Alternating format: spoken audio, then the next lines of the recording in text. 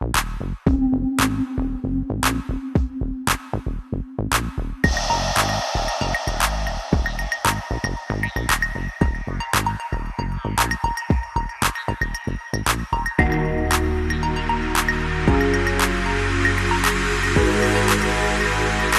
जो ये जो पीसी लिया है किस पर्पस के लिए? इसके लिए गेमिंग एंड एडिटिंग। गेमिंग और एडिटिंग के लिए एक पर्पस के लिए लिया ना। तो ये भैया को पीसी जो भैया ने लिया है गेमिंग और एडिटिंग पर्पस के लिए लिया। भैया का टोटल 95,000 का प्राइस, जिसमें कि आपका राइजन 7 5800X है, MSI का मदरबोर्ड B550 है, 8 GB की XPG की रैम है, 3200 मेगाहर्ट्ज विद RGB, और इसमें 4060 गीगावाट ग्राफिक कार्ड है, 3 पंखा, 750 वाट गोल्ड है, 360 लिक्विड कूलर है, और एक जेब्रोनिक्स का ट्रांसफार्मर कीबोर्ड माउस है। उसके बाद आपको ये MSI का मॉनिटर है, MSI का मॉनिटर है 24 इंच, 24 इंच MSI मॉनिटर भी है। तो ये टोटल बजट में है 95,000 के उसमें है।